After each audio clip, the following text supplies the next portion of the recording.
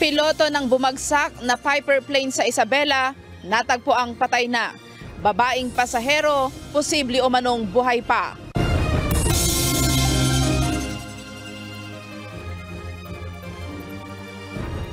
Dalawang miyembro ng Palakulgang na sangkot sa 8 insidente ng pagnanakaw sa Skyway, arestado. Unless they can disprove otherwise, then during the hearing of the bill revoking the franchise, then there's no reason that will have to go through.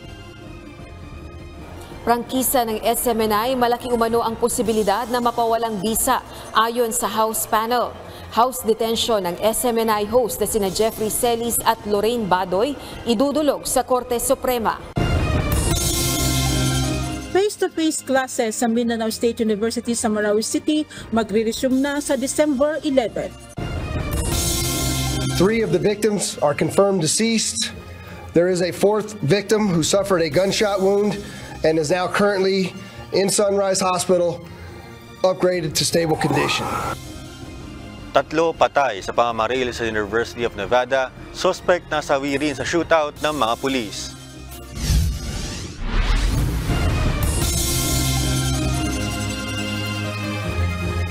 Magandang hapon, Pilipinas at sa buong mundo. Una sa ating mga balita. Naaresto ng mga otoridad ang 2 miyembro ng Palakulgang na sangkot sa 8 insidente ng Skyway robbery. Ang Palakulgang ay nakakuha na ng nasa 134 million pesos sa kanilang mga biktima na pawang mga dayuhan na nananalo sa kasino. Ito ang balita ni Leia Ilagan. Naglungsad po sila at nag-implement po sila ng 2 search warrant that led to the arrest ng 2 individual na meron pong kinalaman doon sa 8 na na-record po natin na robbery dyan po sa Skyway. Sa dashcam video na ito, nakuha noong March 12, 2023, bandang alas 7 ng gabi, kita ang pagharang ng mga suspect sa sasakyang ito sa Skyway sa Parañaque. Bumaba ang mga suspect na armado ng baril at palakol. Sinubukan pa ng sasakyan na umatras, ngunit hinarang na sila ng isa pang sasakyan sa likuran. Natangay sa biktima ang bag na umano'y naglalaman ng 7 milyong piso. August 2023, mga nakabonet namang suspect na armado din ng palakol ang humarang sa isang SUV. Pinalakol din ng suspect ang bintana ng SUV at tinangay ang nasa 10 milyong piso. Ayon kay PNP Public Information Office Chief Police Colonel Jean Fajardo, 8 Skyway robbery na ang kanilang naitala. 3 noong nakaraang taon, 4 ngayong taon at 1 noong 2021. Sila po ay mga foreign national po. Mga Chinese, Korean, and even Malaysian po. Galing po sila, sir, sa casino. So, probably winnings po nila ito. Per hit nila, magkakilang milyon? 134 million po. Noong Martes, magkasunod na naaresto ang magpinsang miyembro ng grupo sa Malate at General Trias, Cavite. Nakuha sa mga ito ang ilang baril, granada at mga plaka ng sasakyan. Yung mga plaka ng fake plate number na ginamit doon sa mga at least sa 2 insidente na na-record po sa CCTV footages kung saan hinarang po nila yung mga biktima at kinuha po nila yung mga pera. Sinabi pa ni Colonel Fajardo na bukod sa naaresto magpinsan, nasa 5 hanggang 6 pa ang hinahanap ng mga otoridad. Hopefully, dahil sa pagkakahuli po nitong magpinsan na ito ay hindi na po masusundan itong mga nakawan po na ito at tinitingnan din po nila yung possibility na maaaring mayroong mga nagbibigay din ng information sa kanila doon po sa mga pinanggagalingan nila dahil malaking pera po yung involved dito. Kasama din aniya sa iniimbestigahan ng mga otoridad ay kung sino ang posibleng nagbibigay ng impormasyon sa mga suspect kaya't nalalaman at nasusundan ng mga ito kung sino ang mga nananalo sa kasino na may bitbit na malaking halaga ng pera. Leia Ilagan, UNTV, News and Rescue. Diyos ang aming sandigan, serbisyo publiko ang aming pinahahalagahan. Hinatulan na ng Las Piñas City Regional Trial Court ng 2 hanggang 8 taong pagkakakulong si Denver Mayores sa kaso ng pamamaslang kay Percy Lapid. Si Mayores na accessory to the crime ay sinasabing nakipagsabwatan kay dating Bureau of Corrections Chief Gerald Bantag. Base sa pahayag, sinabi ng DOJ na nagplead ng guilty si Mayores sa krimen na siyang dahilan ng kanyang conviction. Ibabalik na ang face-to-face classes sa Mindanao State University sa Marawi City matapos ang pagsabog noong linggo. Magde-deploy naman ng mas maraming sundalo, pulis at iba pang security forces sa campus. Ito ang balita ni Weng Fernandez. Magre-resume na ang in-person classes at iba pang academic activities sa Mindanao State University, Marawi City sa Lunes, December 11. Ang desisyon na muling ibalik ang face-to-face classes ay resulta ng maingat na pagpupulong at pakikipag-ugnayan ng pamunuan ng MSU sa Armed Forces of the Philippines, Philippine National Police at mga lokal na pamahalaan ng Marawi City at Lanao del Sur. Ngunit kahit pinababalik na sa campus ang mga estudyante, exempted dito ang mga biktima sa pagpasabog noong linggo. Bibigyan ng mental health at psychosocial support ang mga estudyante. Magkakaloob din ng libreng sakay ang universidad, katuwang ang lokal na pamahalaan para sa returning students. May itatalagang pick-up points sa Cagayan de Oro, Pagadian City at Munisipalidad ng Malabang sa December 9 at 10. Magdideploy naman ng mas maraming sundalo, pulis at iba pang security forces sa campus. Magsasagawa rin ng regular inspection sa mga tanggapan, silid-aralan at mga gusali upang matiyak ang kaligtasan ng lahat. Hinihikayat naman ang lahat na agad i-report sa hotline number na 0949-797-1145 ang anumang security concerns. Maaari ring itawag dito ang anumang request for assistance. Samantala, magbibigay ng pabuya ang provincial government ng Lanao del Sur sa sinumang makapagtuturo sa 2 sospek sa pagpapasabog sa Dimaporo Gymnasium sa Mindanao State University noong linggo. Ayon pa kay Police Regional Office Bangsamoro Autonomous Region o PROBAR, Regional Director Police Brigadier General Alan Noblesa, bukod pa umano ito sa existing reward na nakapatong sa ulo ni alias engineer na isa sa mga sospek sa pagpapasabog. The government is giving a reward to a person or to anybody who could give a positive information that would lead to the arrest of these 2 suspects and another 1 Jamdo. I would not mention the figure. Sa kasalukuyan ay mahigpit na binabantayan ng mga otoridad ang nasa 8 strategic locations sa loob ng MSU campus. Weng Fernandez, UNTV News and Rescue. Diyos ang aming sandigan, serbisyo publiko ang aming pinahahalagahan. Nagsagawa muli ang lokal na pamahalaan ng Davao City ng security simulation exercise.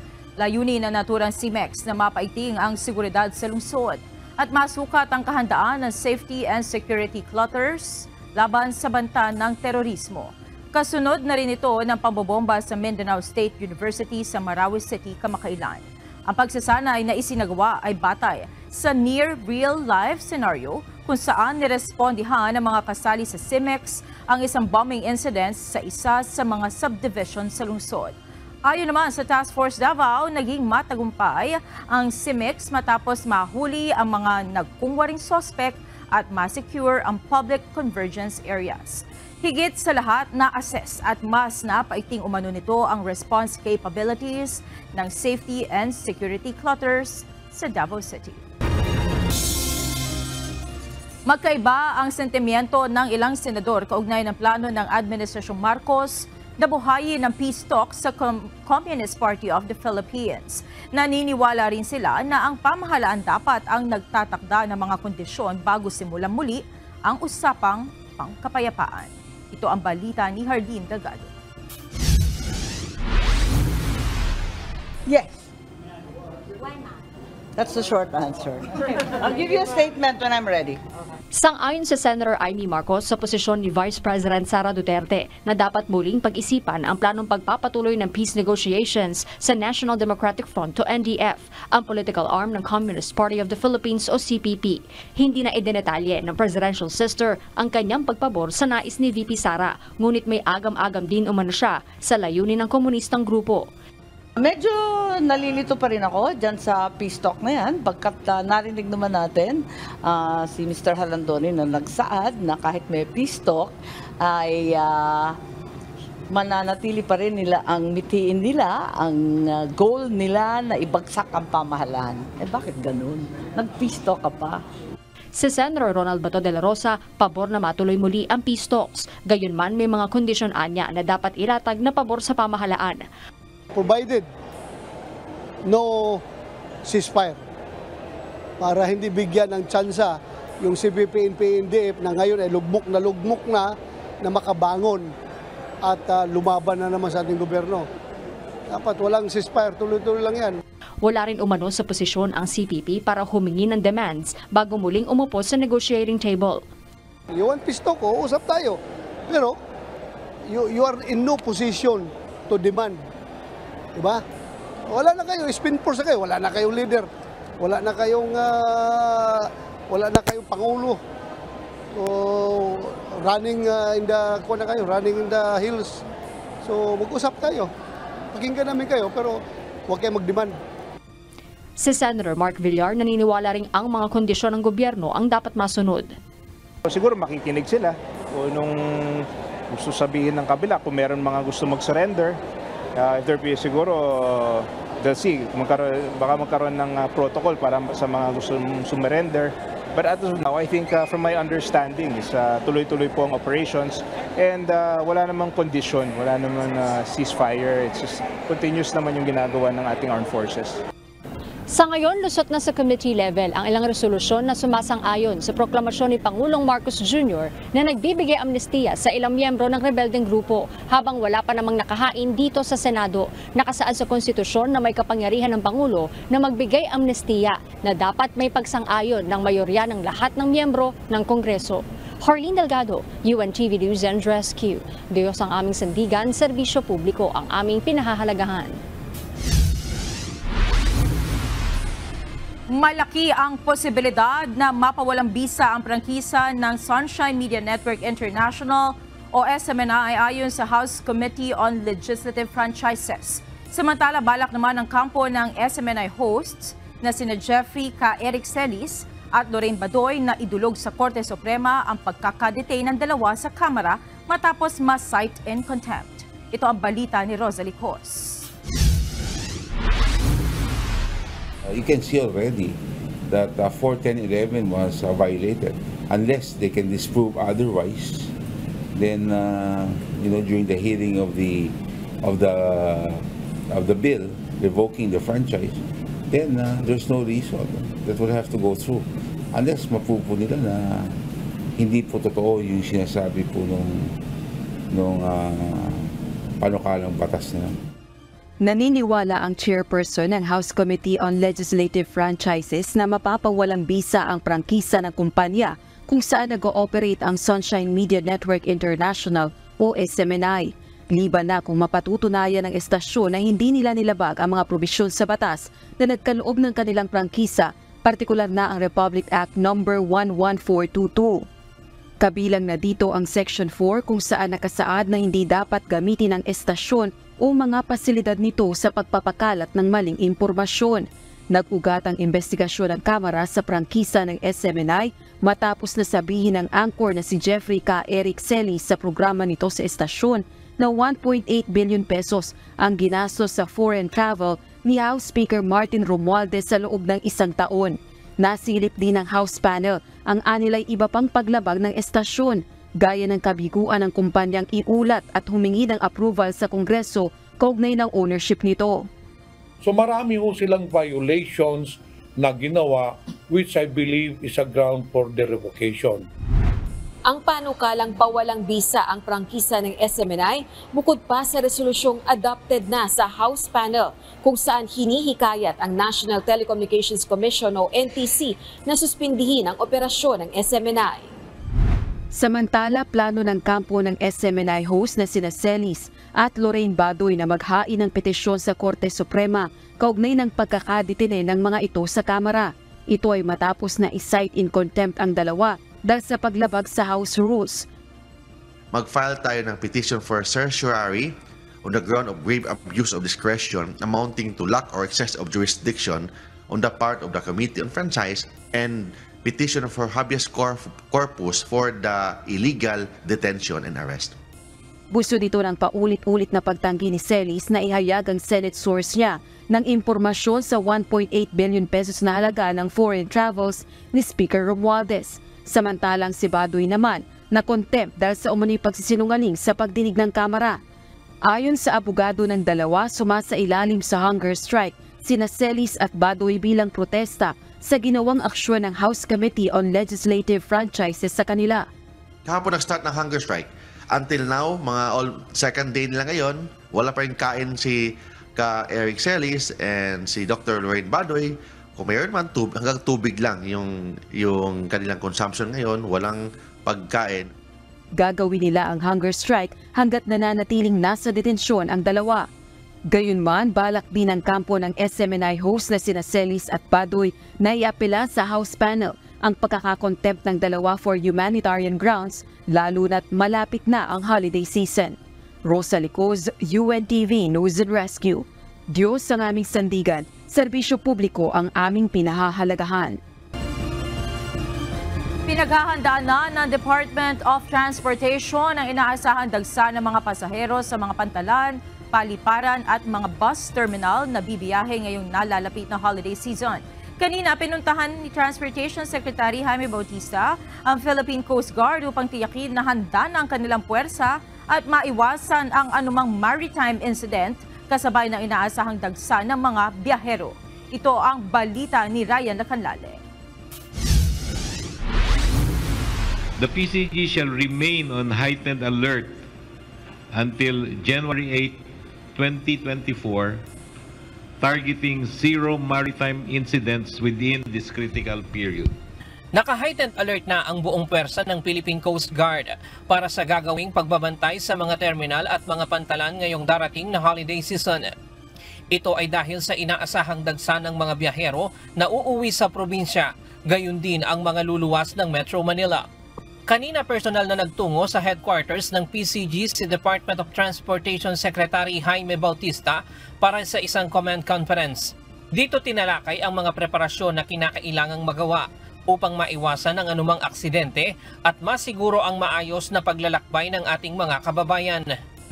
I was briefed by Admiral Gavan that he has given the directives for Coast Guard districts to implement proactive measures including intensified intelligence operations, stricter pre-departure inspections on board passengers and cargo vessels, 24/7 K9 paneling within the port vicinity, additional sea marshal deployment, and expanded coastal security patrols. Sisimulan sa December 15 ang deployment ng mga personnel at asset ng PCG kung saan target ng mga ito ang zero maritime incident.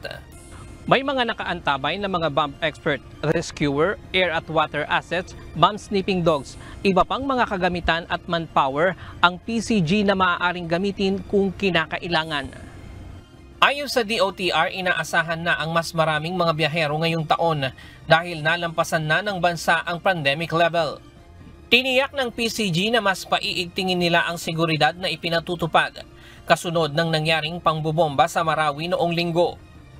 We started this discussion with the Philippine Coast Guard to see to it that we will ensure safety and security of our travelers who will travel by sea or by boats. So ito yung preparation as early as of now we have already prepared And by December 15 nga, we will have all these units deployed already, no? Yung mga nakita nyo dyan sa labas, no? Who are all trained, no? For rescue, for search kung sakaling magkaroon ng konting problema, no? Bukod sa mga tauhan ng PCG, kasama rin sa mga magbabantay sa mga terminal at pantalan ang iba pang puwersa ng mga law enforcement agencies gaya ng LTO at LTFRB, maging ang PNP, AFP at MMDA. Ryan Lacanlale, UNTV News and Rescue. Diyos ang aming sandigan, serbisyo publiko ang aming pinahahalagahan. Binuksan na ngayong araw ng pamunuan ng LRT-1 ang special lanes para sa mga gumagamit ng QR code at stored beep cards. Nasa entrance ng LRT-1 station sa mga signage kung saan nakalagay ang special lanes sa mga may QR at beep cards at regular lanes naman sa mga kukuhan ng single journey na ticket. Mayroon itong straight-to-gate passenger experience mula sa security inspection area. Kasama sa mga estasyon na mayroong special lane ang EDSA Taft Station, Libertad, Quirino, Monumento, Balintawak at Fernando Po Jr. Station. Ayon sa Light Rail Manila Corporation, mas mapabibilis ito ang biyahe ng mga pasahero at maiiwasan na mahabang mga pila sa estasyon ng LRT-1. Bahagi na rin ito ng paghahanda ng LRT-1 sa inaasahang dagsa ng mga pasahero habang papalapit ang holiday season.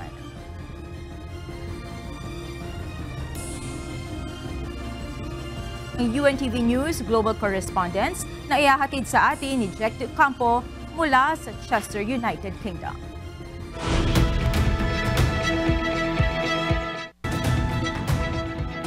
Jack, magandang araw sa iyo. Diyan ba sa UK, kumusta ang gun regulations? Mahigpit ba ang pagbili o pag-acquire ng mga armas? Yes, magandang umaga sa inyo dyan. Magandang gabi sa inyo dyan, Monica. Dito sa United Kingdom, may tuturing na isa sa pinakamahigpit na licensure or yung gun ownership, no? Kaya nga masabi natin mula pong 1987, 5 lang ang naitalang major mass shooting dito sa United Kingdom. At mahigpit ang pagkuha dito dahil bukod sa pulis ay kailangan din dumaan sa judge bago ka makakuha ng lisensya ng pag-aari ng baril. Tinitingnan din dito yung mental health history ng isang aplikante. So ganyang kahigpit dito sa United Kingdom. Yes, Monica. Napakahigpit din pala talaga, Jack. Sige, Jack, ibigay mo na ang mga balita sa iba't ibang panig ng daigdig.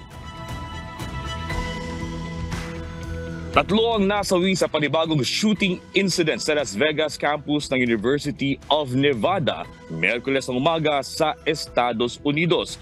Dahil dito, muling nanawagan si US President Joe Biden sa mga Republicans sa Kongreso na magpasa ng ban sa mga assault weapons and high-capacity magazines. Ito ang balita ni Klein Sinka. 3 of the victims are confirmed deceased. There is a 4th victim who suffered a gunshot wound and is now currently in Sunrise Hospital, upgraded to stable condition. Wala pang natutukoy na motibo ang Las Vegas Metropolitan Police Department sa nangyaring pamamaril sa University of Nevada. 3 ang kumpirmadong nasawi sa shooting incident. Patay din sa shootout ang suspect na hindi pa pinangalanan. Ayon kay Las Vegas Metropolitan Police Department Sheriff Kevin McHill, nagsimula ang pamamaril ng suspect sa ika-4 na palapag na main building ng universidad. Nagpatuloy umano nito sa ibang floor ng gusali hanggang sa ma-neutralize na nila ang suspect. UNLV campus police responded to the scene and engaged the suspect immediately right outside of Beam Hall. LVMPD officers also responded simultaneously. Lumikha naman ng labis na takot sa mga estudyante ang karanasang ito. So to see the real thing happen after all kind of reports around the country and whatnot, and so to be here, right, experiencing the same thing that a bunch of other kids in the country are going through, I'll say it's life-changing. Just very scary, we're trying to learn to become leaders of tomorrow, and people are scared now because every time you step on a college campus, there's shootings every single year now, and it's just getting scarier and scarier for us students. Nagpapasalamat naman si Nevada Governor Joseph Lombardo sa mabilis na pag-aksyon ng first responders sa insidente. Tiniyak din ito ang tulong sa mga biktima. We are here to help, provide resources to the benefit of the victims, and to express my concern for the victims and favorable thoughts to the families, and to ensure that we move forward as a society and as a community, and to assure the community we are doing everything within our ability to address these situations appropriately and with the knowledge that we have received on a continual basis. Manatiling sarado ang UNLV ngayong linggo. Bunsod din ng insidente, muling nananawagan si US President Joe Biden sa Kongreso na magpasa ng batas na magbabawal sa assault weapons at high-capacity magazines. Klein Sinca, UNTV News sa Rescue USA. Diyos ang aming sandigan, serbisyo publiko ang aming pinahalagahan. Umirma ng isang bilateral security agreement ang Australia at Papua New Guinea. Dito ipinakita ng dalawang bansa ang kanilang pagiging malapit. Ito ang balita ni Azel Kaisep. Palakasin ang internal security ng Papua New Guinea. Ito ang isa sa napagkasundoan ni Australian Prime Minister Anthony Albanese at counterpart nito na si James Marape kanina December 7. Magtutulungan ang dalawang bansa sa paghandle ng kapulisan, depensa at judiciary. Layon din itong ma-develop ang ekonomiya ng pinakamalaking nasyon sa Pacific Island. Gamit din ang security agreement na ipakita ng Australia at PNG ang kanilang relasyon bilang brother and sister. Palalalimin din ng dalawang bansa ang kanilang security cooperation pati na rin sa border, maritime at non-traditional areas gaya ng cybersecurity, climate change, gender-based violence at critical infrastructure. Bibigyan naman ng Australia ang PNG ng $200 million bilang suporta sa national security priorities ng bansa. Bukod sa mga ito, magbubukas ang Papua New Guinea ng isang training center para sa ibang Pacific Police Forces upang suportahan ang development ng regional policing sa Pacific. Noong Mayo, pumirma ng defense deal ang Papua New Guinea sa United States upang i-upgrade ang kanilang military bases at pinalakas naman ang trade ties nito sa China. Dahil naman ito sa strategic competition sa Pacific Island region sa pagitan ng dalawang pinakamalalaking bansa. Azel Kaisip, UNTV News and Rescue. Diyos ang aming sandigan, serbisyo publiko ang aming pinahahalagahan. Napalibutan na umano ng Israeli forces ang bahay ng leader ng Hamas. Samantalang nagsumite ang United Arab Emirates ng isang resolution o ng isang draft resolution sa United Nations para sa humanitarian ceasefire. Ito ang balita ni Ray John Bolivar. Kaunting panahon na lamang at mahuhuli na ng Israeli forces ang Hamas leader na si Yahya Sinwar. Ito ang pahayag ni Israeli Prime Minister Benjamin Netanyahu matapos matunton at maikutan ng Israeli forces ang bahay ng high-ranking leader sa Gaza. Hindi naman sinabi ng punong ministro ang eksaktong lokasyon, ngunit ito ay nasa malaking syudad ng Gaza, ang Khan Yunis. Subalit sinabi ng Israel military na nagsasagawa ngayon ng kanilang ground offensive. Ang Hamas leader ay nasa underground ayon sa intelligence na kanilang nakalap. Sa isang press briefing ni Rear Admiral Daniel Hagari, ang kanilang role ay mahanap si Sinwar at saka ito ay paslangin sa lalong madaling panahon. Nagsumite naman ang United Arab Emirates o UAE ng isang draft resolution sa United Nations o UN Security Council upang himukin ang isang humanitarian ceasefire sa Gaza. Ito ay matapos i-anunsyo ni UN Secretary General Antonio Guterres ang kalunos-lunos na sitwasyon sa Gaza dahil sa isinasagawang ground invasion ng Israel at kakulangan ng humanitarian aid sa lugar. Ayon sa UAE, ang draft resolution ay suportado ng 57 member states ng Organization of Islamic Cooperation. Rajan Bolivar, UNTV News and Rescue. Diyos ang aming sandigan, serbisyo publiko ang aming pinahahalagahan. Inihayag na ni dating U.S. House Speaker Kevin McCarthy ang kaniyang retirement mula sa U.S. House of Representatives. Dahil dito, nagpatawag o magpapatawag naman si California Governor Gavin Newsom ng special election matapos ang opisyal na pagbibitiw ng California Representative sa pwesto. Ito ang balita ni Sonny Costa. While I'll be departing the House at the end of this year, I will never ever give up fighting for this country that I love so much. Isang emosyonal na video ang ipinost ni dating US Speaker of the House Kevin McCarthy sa kaniyang social media ukol sa naging kasaysayan nito sa US Congress. Ang 55th Speaker of the House na si McCarthy ay magbibitiw na sa kaniyang pwesto sa mababang kapulungan sa katapusan ng taon. Dagdag ng ousted Speaker, magiging politically involved pa din ito sa pagre-recruit ng mga susunod na magagaling na US Congress mula sa Republican Party. Ang California Republican ang kauna-unahang natanggal na Speaker of the House sa kasaysayan ng bansa. Nangyari ito matapos nitong ipasa ang isang short-term budget upang maiwasan ang government shutdown sa kabila ng pagtutol ng mga hardline party mates nito. Isang political decision na ayon kay McCarthy ay isang right thing to do. We did our part. And when the stakes were the highest, we rose to the challenge. We were willing to risk it all, no matter the odds, no matter the personal cost. Simply put, we did the right thing. Magpapatawag naman ng special election si California Governor Gavin Newsom sa Bakersfield District para makilala ang magiging kapalit ni McCarthy para sa US Congress matapos ang kaniyang official retirement sa katapusan ng 2023. Sanicos UNTV News and Rescue. Diyos ang aming sandigan, serbisyo publiko ang aming pinahalagahan. At yan ang mga balita mula sa iba't ibang panig ng mundo. Mula dito sa Chester, United Kingdom.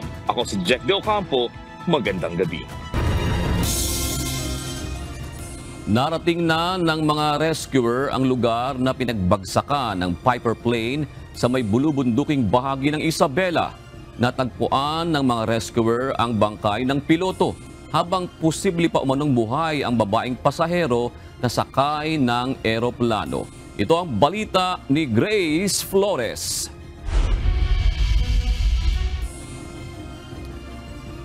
Grace, yung bangkay noong piloto ay nadalan doon sa landing zone o landing site? June, magandang hapon. Bukas pa sa December 8 ay dadalhin ng mga rescuer ang labi ng piloto sa helicopter landing zone para doon kukunin ng Philippine Air Force papunta sa Cagayan City. Wala nang buhay nang matagpuan ng mga rescuer ang piloto ng bumagsak na Piper plane sa may bulubunduking bahagi ng bayan ng San Mariano, Isabela. Sa update ng Incident Management Team o IMT Isabela, bandang alas 11 ng umaga kanina nang marating ng mga rescuer ang crash site. Dito natagpuan ang wreckage ng eroplano na may tail number RPC 1234. Bangkay na nang matagpuan ang piloto. Habang nawawala pa rin ang babaeng pasahero. Pero hinala ng mga rescuer posibleng buhay pa umano ang pasahero dahil sa nakitang makeshift o pansamantalang masisilungan na malapit sa debris ng eroplano.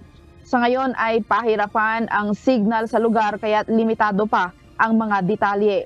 Sakaling bumuti ang lagay ng panahon bukas, dadalhin na ng mga rescuer ang labi ng piloto sa may landing zone upang maihatid ito sa Tactical Operations Group 2 sa Cagayan City, Isabela.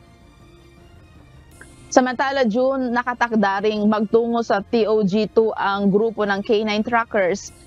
Saka naman lilipad at bababa patungo sa lugar na pinagbagsakan ng eroplano upang agad namang mahanap ang nawawalang pasahero. Yan muna ang balita. Balik sa'yo, June. Grace, may nabanggit ba yung mga rescuer kung gaano kalayo yung crash site doon sa landing zone? Kasi siyempre, lakad lang naman ang gagamitin nila dyan, di ba, Grace?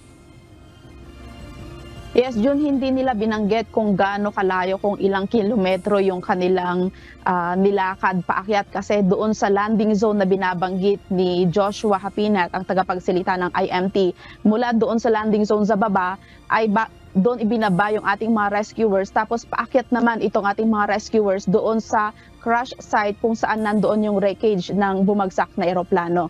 Kaya ang sabi din ng MDRRMO Palanan ay ang nabanggit niya sa atin ay yung isang team ng rescuer ay nag-back out kaninang umaga dahil nga sa hirap ng tarik at dulas ng mga kalsada na kanilang tatahakin papunta nga doon sa crash site. June?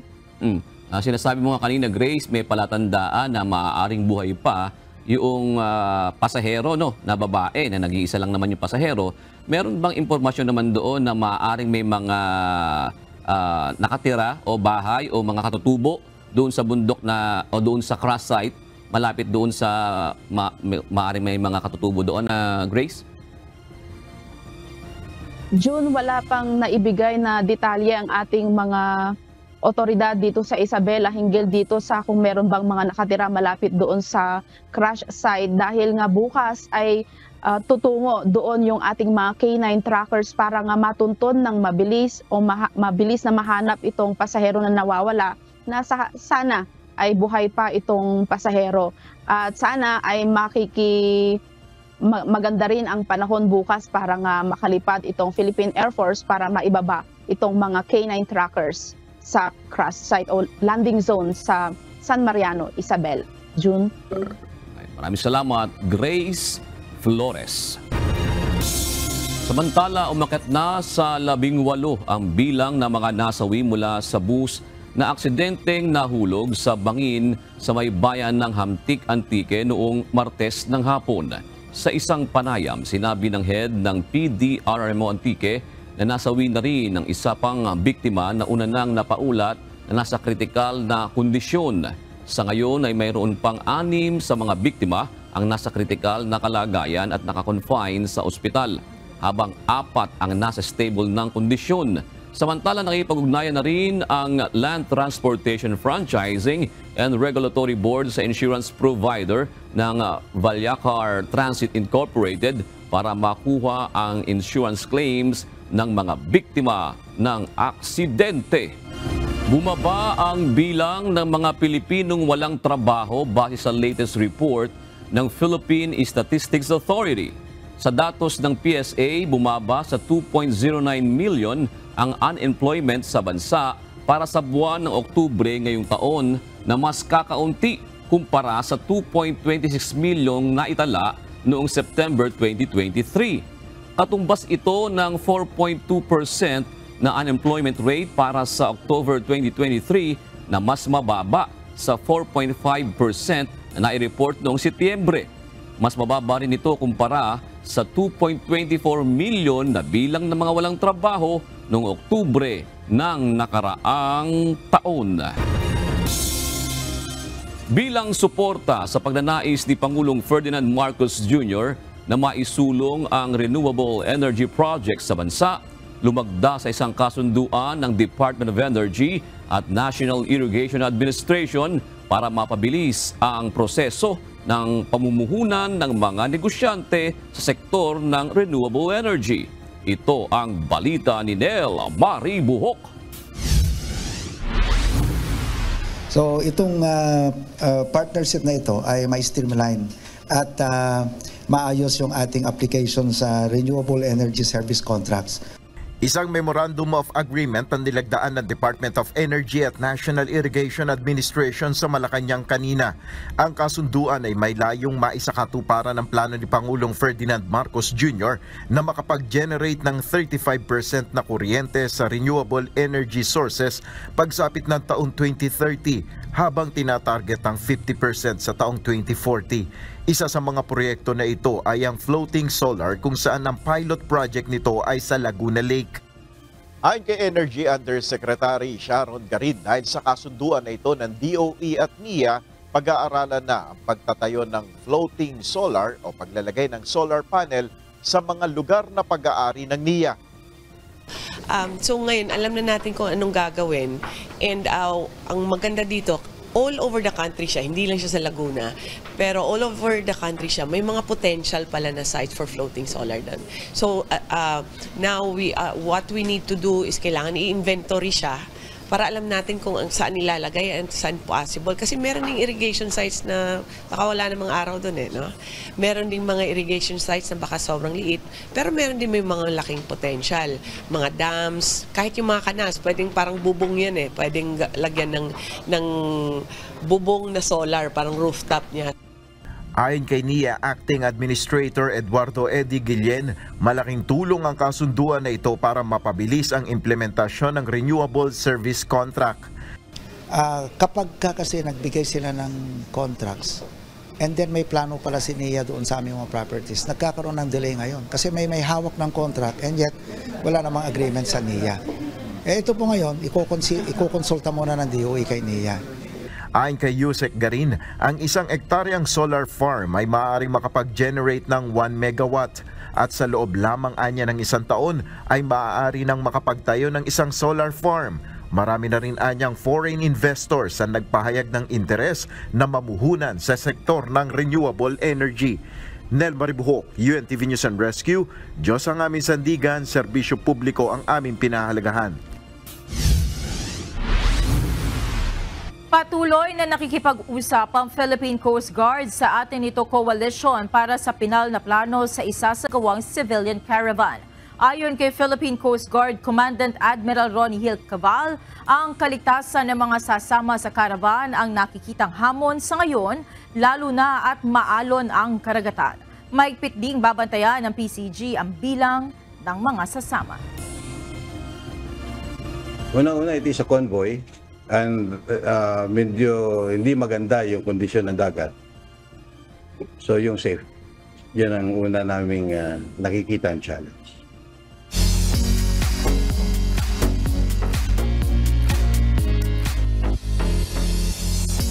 Itinanghal bilang Person of the Year ng Time Magazine ang American singer-songwriter na si Taylor Swift dahil sa tagumpay na naabot nito sa kanyang singing career.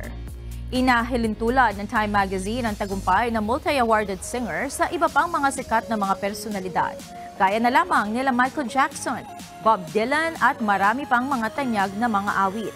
Kinilala rin ito kung paano nalagpasan ng pop superstar ang iba't ibang mga hamon sa kanyang buhay at iba pang isyong kinakaharap sa kanyang career. Ni-recognize din ng Time Magazine ang very successful global concert ni Taylor Swift na Eras Tour. Gayon din ang paghakot nito ng Grammy at Billboard Awards, pati na ang kanyang best-selling albums. Labis naman ang pasasalamat ni Taylor Swift sa pagkilalang ibinigay sa kanya ng Time Magazine.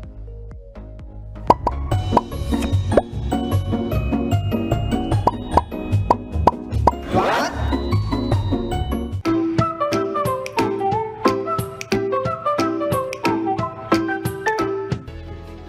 Dagdag kaalaman po, bakit kaya mayroong mga tao na pare-pareho lang yung sinusuot nila araw-araw?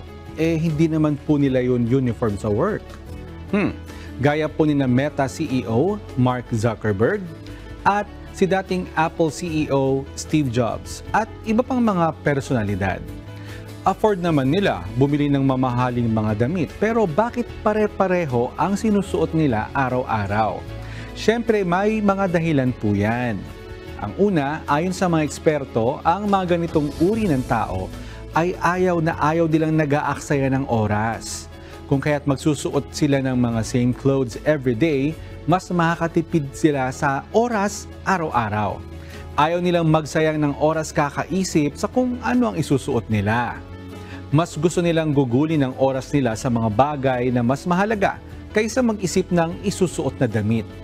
Mas malaking mental capacity upang makapagdesisyon sa mas malalaking bagay ang importante sa mga ganitong uri ng tao. Masasabi rin na ang mga ganitong uri ng tao ay minimalist. Mas gusto nilang kakaunti lamang ang kanilang mga aalalahaning mga bagay. Kayo po, gusto nyo ba ng ganyang uri ng lifestyle? Isa lang yung isusuot nyo araw-araw? Sana po may natutuhan kayo at laging tatandaan, mapalad po ang tao na nakakasumpo ng karunungan at ang tao na nagtatamo ng kaunawaan.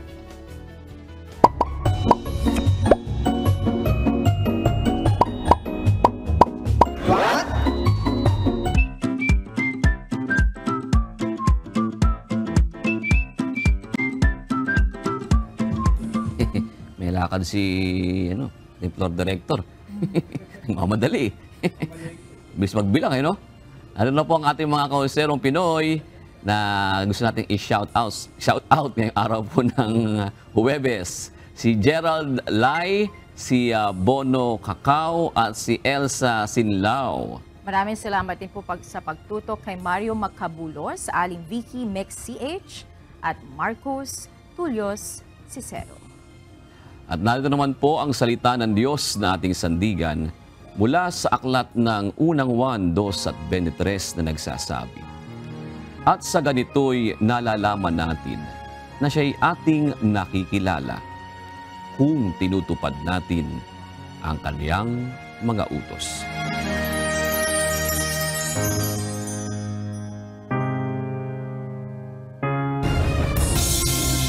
At yan ang naging kabuuan ng ating balitaan ngayong gabi. Aming inilahad ng buong katapatan kung paano namin nasaksihan.